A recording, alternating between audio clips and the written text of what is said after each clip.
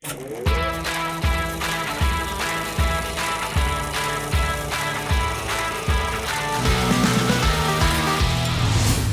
of the Galaxy Volume 2 is directed again by James Gunn, and it brings back all the returning cast members with the inclusion of Klementieff, Elizabeth Debicki, Kurt Russell, and even Sylvester Stallone, at least for a little bit. This review is going to remain spoiler-free. I'm not going to ruin the movie for you, so you are safe here. Volume 2 takes place just a couple months after the events of the first Guardians of the Galaxy, and they're hired to do some mercenary type work by this group of people called the Sovereign, and they're like an uptight group of people, and the Guardians of the Galaxy end up defeating this monster that they're hired to kill, and they end up taking something from this group of people, and they end up chasing them across the galaxy, and a bunch of other things take place. But that's pretty much the plot of the movie right there in a nutshell. This movie from start to finish is just a fun ride. And I have to say the characters in this movie, while they're the same characters in the first one, we do get a few additions, but they go way deeper into these characters. And not just for Peter Quill, Star-Lord. We get backgrounds of Rocket, even a little bit more of Drax, Groot, Gamora, Nebula.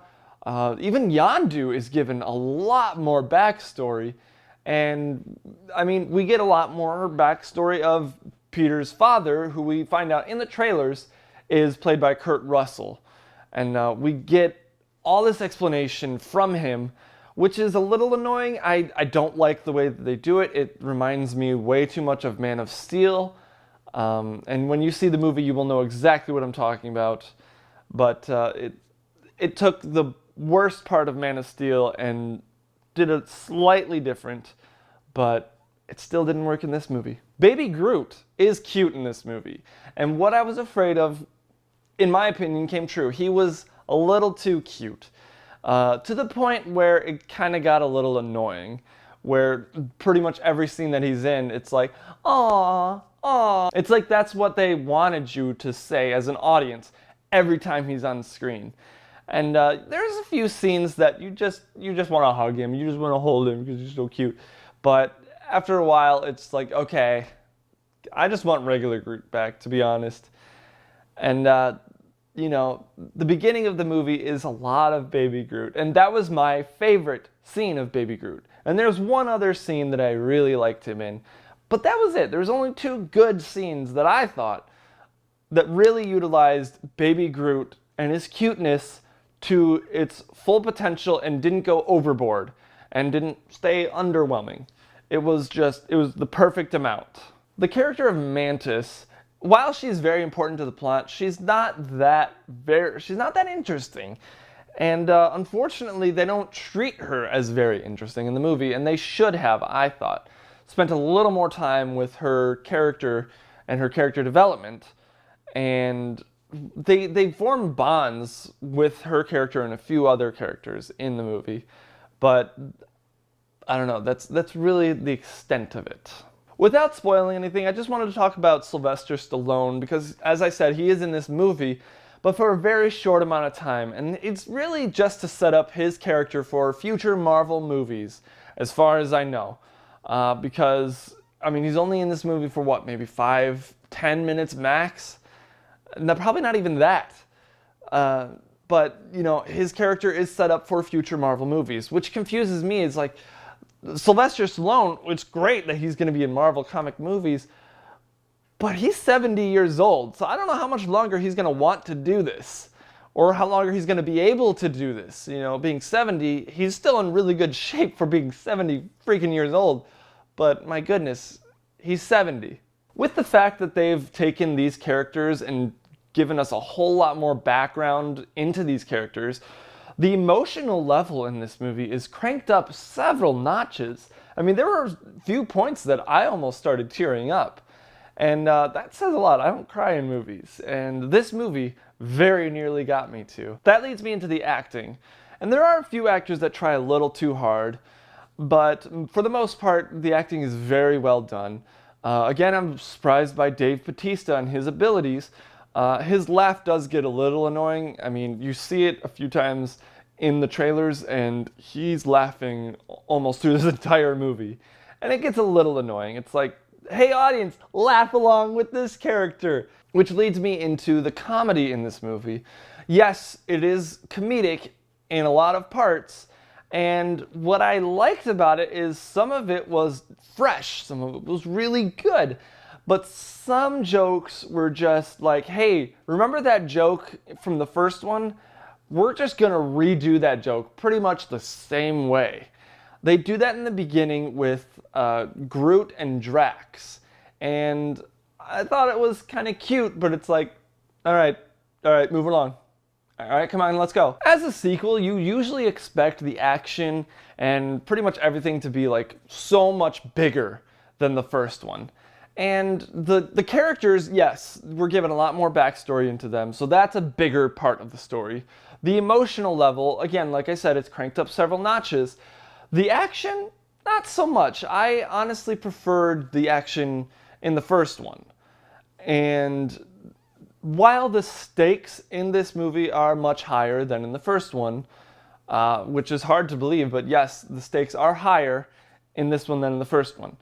The action just, it's just there, and the comedy, in my opinion, kind of ruins the action, because there were parts in the movie where they were in an action scene, and then a comedic moment would happen in the middle of it, and it's like, it kind of takes you out of the action, and then it puts you right back in. And there were some action scenes where it's like, okay, something funny is going to happen. All right, something fun is going to happen, and something doesn't happen. And so you're like, okay. And you just keep watching.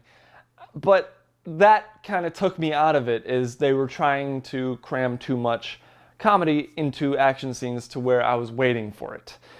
This movie makes me feel like I ordered a small pizza, like 6 pieces, and I can only eat 4.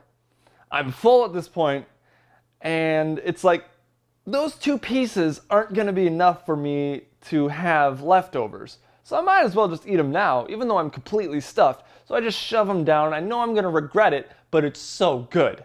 That's how this movie makes me feel. It was so fun, but when you're done with it, it's like, wow. I don't know if I really liked it. I mean, I liked it, but I don't know if I really liked it. Unfortunately, that's how the movie made me feel. This movie does take a few dark turns in it. I don't understand how they were able to get those into the movie. That is a Marvel movie that is owned by Disney. I don't understand how they slipped those in, but somehow they got these scenes in there. And when you see the movie, you will know what I'm talking about. Another thing I didn't like about this movie is the villains. And I do mean that in the plural sense. There's not just one villain in this movie. But the main villain, she was just not... I didn't care too much for this villain. And that's another thing that the Marvel movies just struggle to do, is give us a really good villain. And I feel like we've only gotten like maybe 2 or 3 of them. The villains in this movie are no exception. So yeah, the villains they're just not that great. If you haven't seen this movie, remember to stay for after the credits, because there's not just one mid or post-credit scene, there are several mid-credit scenes. And it's a little annoying, but it's also like, hey, you're watching the credits, we might as well entertain you while you're watching these names scroll up the screen. So there's a lot of little nods here and there, a lot of scenes, and really only 1, maybe 2 of them have any plot significance. So make sure you stay till the end of the credits, because there are several scenes within the credits. Overall, guys, this movie is very enjoyable. I definitely recommend going to see it. Don't set your expectations too high, because, again, I didn't like it as much as the first one, but it is still very close, and I did enjoy it. And definitely remember to stay for the credits, because there's a lot of stuff going on in the credits. I would say there's like 3 or 4, maybe 5 credit scenes, mid-credit scenes inside the credits. So definitely stay for that. And I give Guardians of the Galaxy Volume 2 a B+. There's definitely things that they could have done better. I felt the comedy was shoved in places where it shouldn't have been. Other places it was just brilliant. The action, again, wasn't quite as good as the first one. but the character development just was taken to a new level. The emotional level was definitely cranked up. And yeah, I still really enjoyed this movie. So guys, that's my review of Guardians of the Galaxy Volume 2. If you have seen it, let me know what you thought of it in the comments section below without spoiling anything, because there are people out there that haven't seen it that might be watching this video, and we don't want to spoil anything, and there are definitely things that you can talk about that will spoil the movie.